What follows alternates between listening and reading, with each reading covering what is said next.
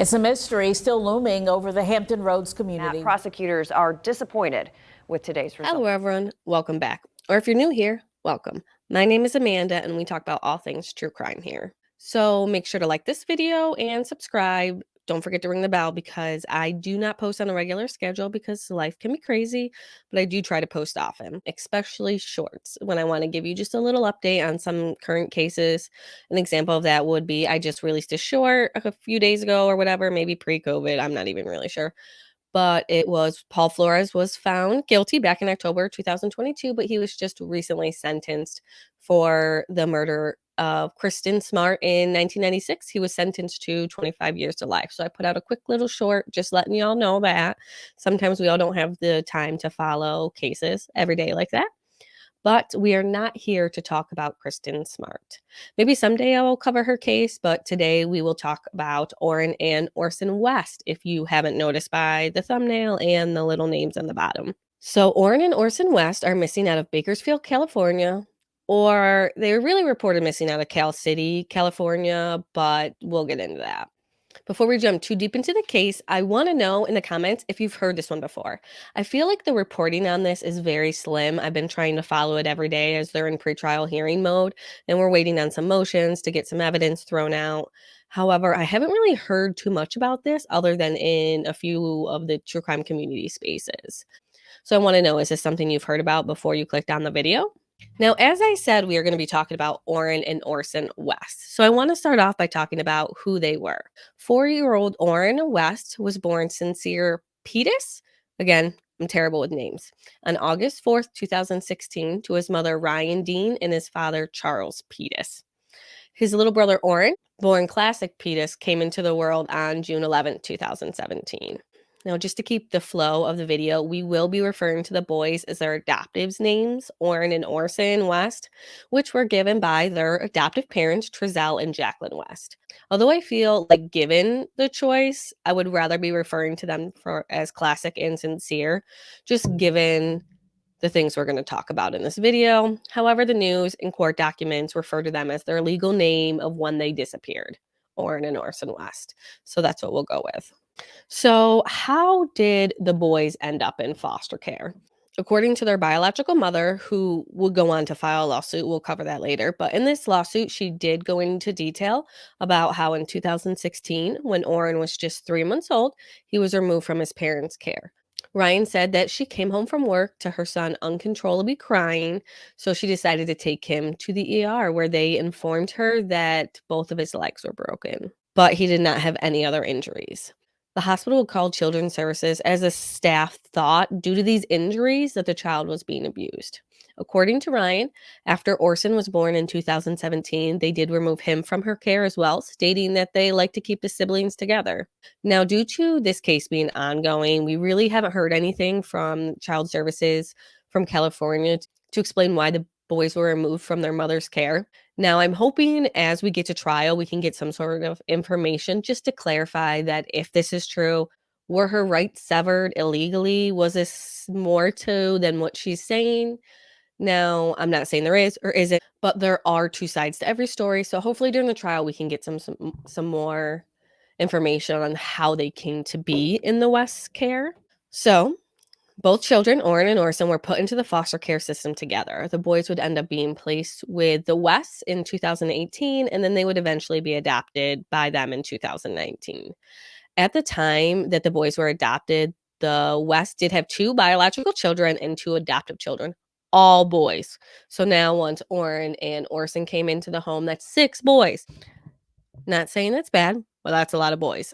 I have 2 boys, and it's pretty wild with just the 2 of them, so I could not imagine 6. And I believe they're all like 8 or under. I'm not exactly sure of the ages of all of them, just because I'm not here to dig into children that are innocent victims in this. If they released it, I would go ahead and provide that information, but these 4 other children are just victims of Trezell and Jacqueline West as well. They may not have had any issues in the home when they were living there, but now that they're going through this, and if they are guilty of murdering Orrin and Orson West, then these are 4 other boys that have to deal with that for the rest of their life. Ryan Dean said that she attempted to regain custody of the boys multiple times without success. She said that when the boys came to visit her before they were officially adopted and her rights were completely severed, they would seem scared and they would be actually losing weight. During at least one of the visits, Orson would have scratches on his face, which could be a sign of something to come, unfortunately, or it could be boys playing. I've had my son have a rock thrown at his face by his brother like 3 days before pre-K started. So they took pictures the day pre-K started or during open house or whatever it is when you go meet the teacher that were on the wall for the entire year. So he had this big shiner. Children. But it could be many reasons. And it's sad that, unfortunately, if it was abuse, that Orrin and Orson had to deal with this. On December 21st, 2020, Trezell would call 911 to report the boys missing. He would tell 911 that he was moving firewood from outside of the house to inside of the home. When he planned on doing this, Jacqueline decided that she would start wrapping Christmas presents because, again, this is a few days before Christmas. This happened on December 21st. We all know Christmas is December 25th. So Jacqueline was going to be wrapping some presents for the kids. And the 4 older children were at one of the grandparents' home while the 2 younger were in the house with their parents. And at first, this gave people a red flag, and I get that. But I also get that 2 and 3 is a lot. We have right now an 11-year-old, an 8-year-old, and 5-year-old, and we finally are at the point where people are accepting of all 3 of them at one time. A lot of times, my parents and my husband's parents would be all for taking the older 2 because they're a little bit easier. You know, they're in their 60s. They definitely, it's hard to take care of kids when they're young, when you're older. It's hard to take care of kids when you're young and you're young. But now we come to find out that it's obviously more than that. Trezell went on to explain that while Jacqueline was wrapping presents, they decided to put the boys out on the back patio playing with some chalk while he was moving the wood from outside to inside the home. He said that he would pass the boys as he walked inside the home and they would be playing, but when he came back out, he realized that they were gone and that he left the gate to the back door open. So, according to Trezell, he hopped in his van, drove around the neighborhood looking for him, frantically taking some laughs, doing some things, looking around, I guess. So, at the time that Trezell reported the boys missing, the family was living in California City, California, which I mentioned in the beginning. They had just moved to the area about 3 months prior from Bakersfield, California, which is just about 76 miles away from Cal City. So, they moved from Cal City to Bakersfield, 76 miles away, 3 months before this. Since the family recently moved into the home, when the police went to go speak to the neighbors about anything they've seen, the neighbors said they weren't really familiar with the family and they're not even sure if they've ever seen the boys outside. Again, red flag 1, or devil's advocate. I'm not really sure my neighbors know I have kids sometimes. We have new neighbors. They moved in a few months ago. It's been wintertime. They've only been outside a few times playing. Now, this is California. I live in New York. Completely different. But sometimes people keep to themselves. I'm very awkward sometimes with people. I keep to myself unless we have a common ground that makes it so the conversation's free flowing, which sometimes happens and sometimes doesn't.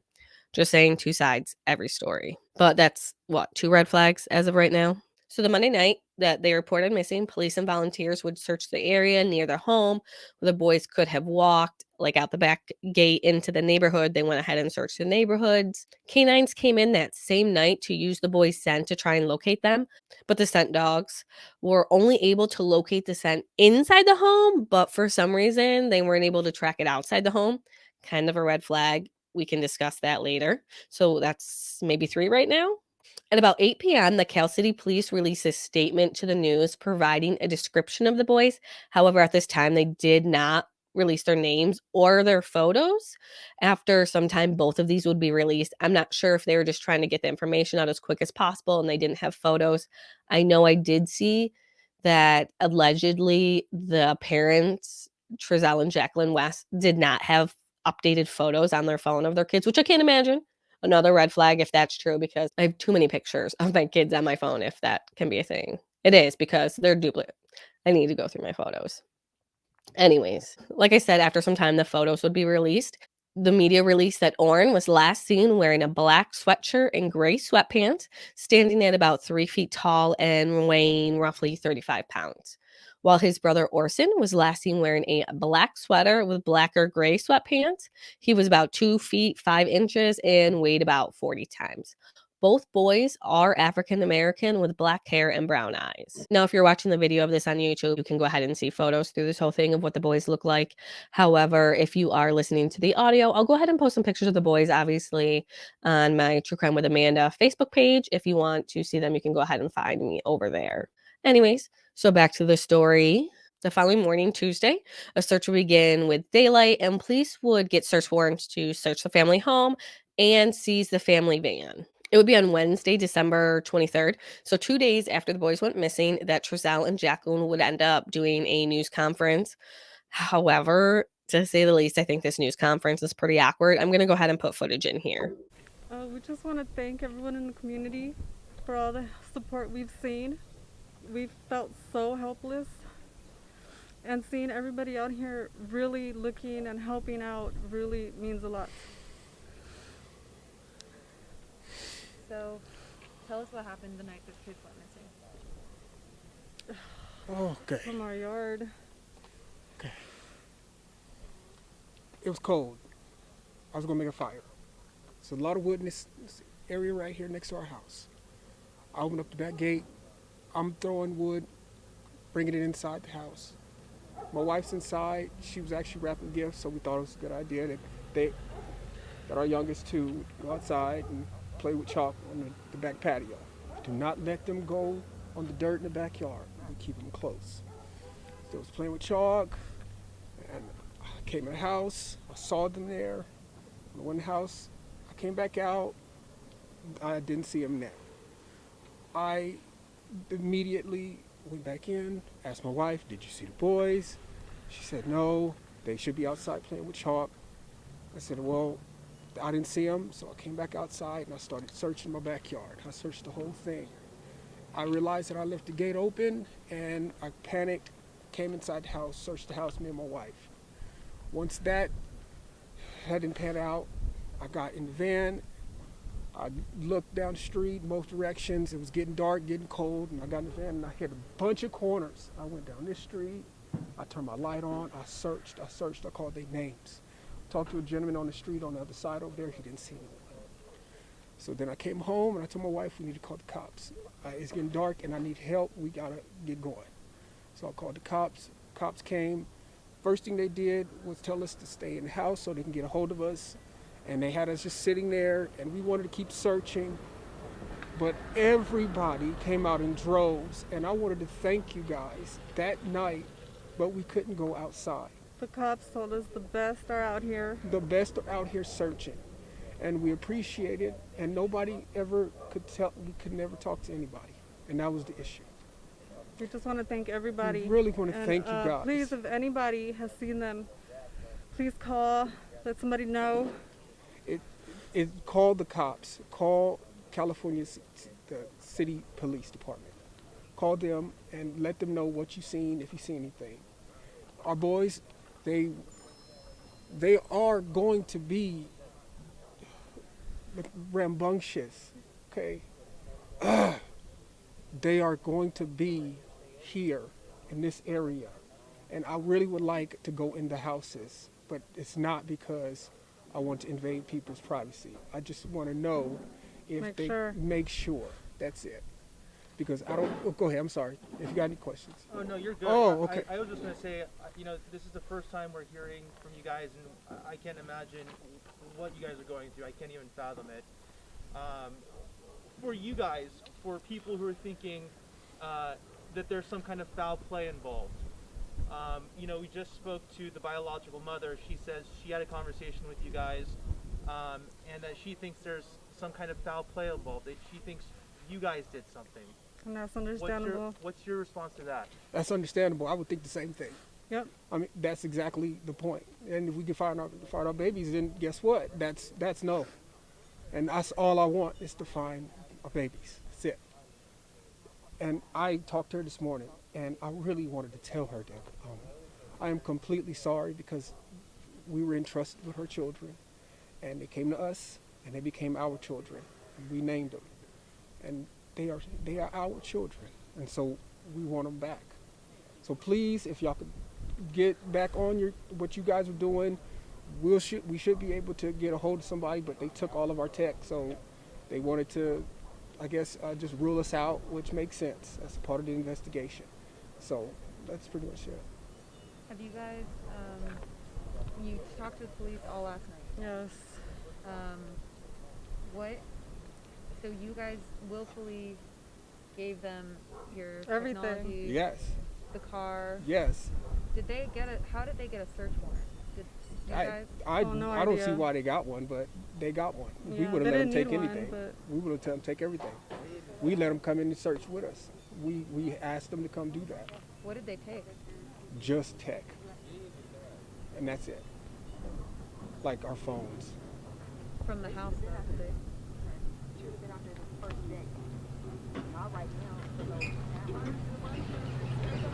Oh, well, I guess, should I answer that? Or? Answer it to us, yeah. Okay. So, into the, okay, and I guess, I don't even know. I see. Yeah, we seriously felt like we needed to be out here. We did. Again, we were told the best are out here looking already. Just to stay put, they have more questions. There was literally a cop with us the whole time in And there. he had sitting down. We would ask, can we go help? They had to sit Said down. nope. He said, no, we got the best out there. So we it's need not- you guys here in case we have more questions. I don't want you guys thinking we don't. didn't try. We actually We looked tried. before we called We the looked, police. yes. And I imagine the mind-boggling part is the search for information. What happened? Where are they? Yes. Et cetera, et cetera. And we're, yeah. And just so we are able to present the information correctly, at what time did you guys notice your kids went missing, and at what time were they reported missing to the police? It's about, I believe, I think it was about 4:30, going on 5. It was getting dark, like I said, Five-ish. 5-ish. That's about it. That's when everything played out. And then when did you guys call the police to report them missing? I don't, After we searched yeah. a little bit around here, it was dark, so we definitely we got worried. Would you say it was maybe within an hour, a couple hours? No, it was within minutes of us getting finished with our search. Okay. It was within minutes. What do you guys want people at home to understand about this situation? For them, you know, even speaking about what you guys are feeling is difficult. What do you want them at home to understand about this whole situation? We're going through it. It's difficult. I mean, everybody's making their own their own conclusions. They don't know anything. We're not sure like everything. We're not sure. We said what we knew, and if anybody has seen them or anything, please call the police department. Would you be willing to provide pictures, or do you have any? They, I have older pictures. All my newest were on my phone. Okay. A lot of people are speaking of this as, you know, after the math, past tense. I want to talk about your kids in present tense. What kind of boys are these? Tell us about the boys. Very playful, very rambunctious, and they do love to wrestle. They do love to kind of get rough with each They're other. kids. They're kids. Of course, they would love to go out, but so during the pandemic, we wasn't trying to go, you know, out here. And so we stayed inside.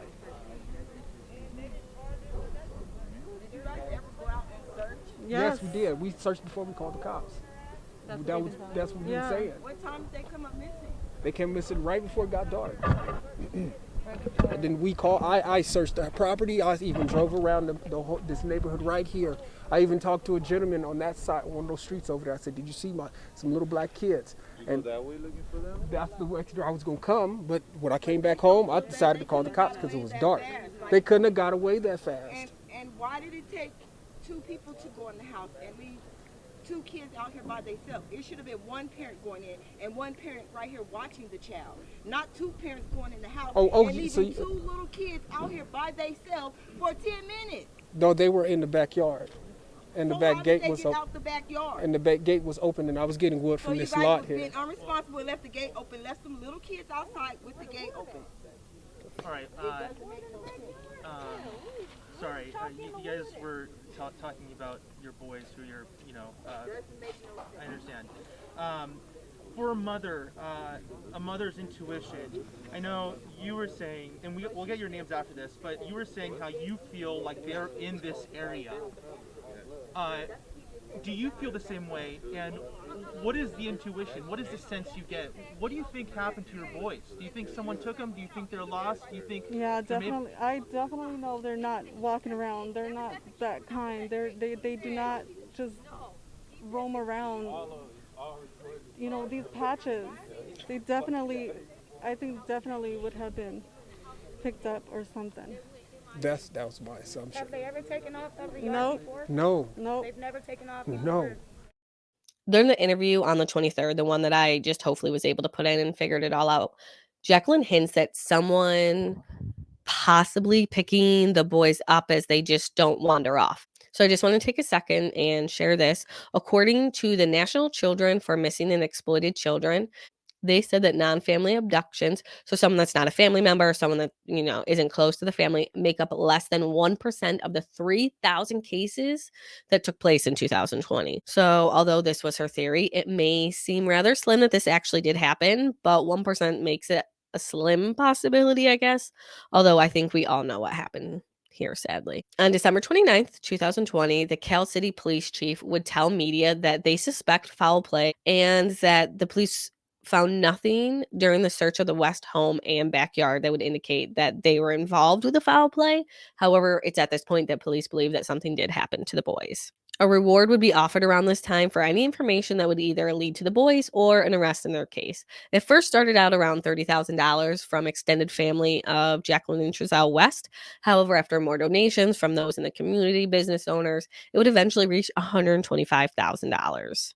So police would attempt to find the boys in the first few months of the reported disappearance. In February of 2021, the police would go back to the family's home in Cal City to use some sort of special equipment to attempt to see if the boys are possibly buried in the backyard. So basically, the equipment would make a signal into the ground, and if there's anything underneath buried, then they would be notified. But they did not find anything during the search, unfortunately. So then weirdly at this time, at least on the outside looking in at this time, it was around, what did I say, February 2021, around there, that the Bakersfield Police Department was appointed to be the lead investigators in the case. So the case would leave from the head point in Cal City, which was 75 miles away, like I said, from Bakersfield. Bakersfield Police would then be the point. This is where the investigation would be led from. And for people on the outside, this is kind of weird. I don't think I've ever seen this in a case where it was transferred this far away. I've seen close jurisdictions where they've had to change, I guess, given where, unfortunately, a body was found or something along those lines. However, I've never seen just one police take it from 75 miles away. But we'll get into that. Sadly, there would not be too many answers given between when the case was transferred to the Bakersfield police until March 3rd, 2022, when Orrin and Orson's adoptive parents were arrested with 2 counts of second-degree murder, 2 counts of felony abuse, and filing a false report in a suspected death. Shortly after they were arrested, a press conference would be held to tell the public about the charges against the West, and the police would say that they believe the boys were murdered 3 months prior to when they were actually reported missing back in December of 2020. So 3 months prior would mean that the West still lived in Bakersfield. So that would make sense now why the case went from Cal City, California to Bakersfield, California. The couple was arrested 3 months after a grand jury started that began in December of 2021. There was over 50 witnesses that testified before they indicted the couple. Both Trezell and Jacqueline would go on to plead not guilty when read their charges, and they both were denied bail. Shortly after they entered their not guilty plea, the judge presiding over the case issued a gag order, which meant that no one involved in the case could talk about it. By no one, I mean the judges themselves, lawyers, and police speaking about the case. People can still report on it. However, there isn't much to report if no one's talking about it, unfortunately. Prosecutors also sought out a protective order that would bar Trezell and Jacqueline from seeing or speaking to any of their other children, the 2 biological or the 2 adoptive, out of concerns that they would attempt to influence them. It seems that maybe one of the children actually gave a statement implicating their parents in some sort of abuse of the brothers that led to their deaths. Now, we're not sure what they actually said because the case is under gag order, but hopefully during trial, or definitely during trial, if there's any statements made, I'm sure we'll hear them. In June of 2022, it appears another indictment came down from the grand jury amending their original charges. So they would go on to be charged with 2 counts of second-degree murder, 2 counts of child cruelty, falsifyingly reporting an emergency, involuntary manslaughter, and conspiracy. Originally, the case was slated to head to trial in July of 2022, but it was postponed. I could imagine this was because new charges just came down a month prior to this. So with the new indictment and the new charges, the case was headed to trial in October of 2022. However, the defense attorneys for Jacqueline and Trezell said that they were still receiving evidence and they needed more time to review it to give their clients a proper trial. Then the trial was postponed again until January 30th of 2023. Well, here we are on March 19th when I'm recording this, and we still have yet to start trial. However, jury selection is supposed to start tomorrow, Monday, March 20th. This could be out before tomorrow, or it could be out on Monday or the day after. March 20th is when it was actually supposed to start. But either way, once it actually makes it to trial, if it does start tomorrow, I know that we're still waiting to hear some motions. However, reporting on this, as I said, was very hard to find new articles when they were in court. I did find some stuff from Facebook groups called Where Are the Boys? But I will make sure to get any updates out to you as we get them. Like I said, shorts. The boy's biological mother, Ryan Dean, did file a lawsuit for $40 million against Kern County Department of Human Services, stating that they neglected the boys and that they basically were illegally taken from her care and her rights were severed without the proper protocols followed.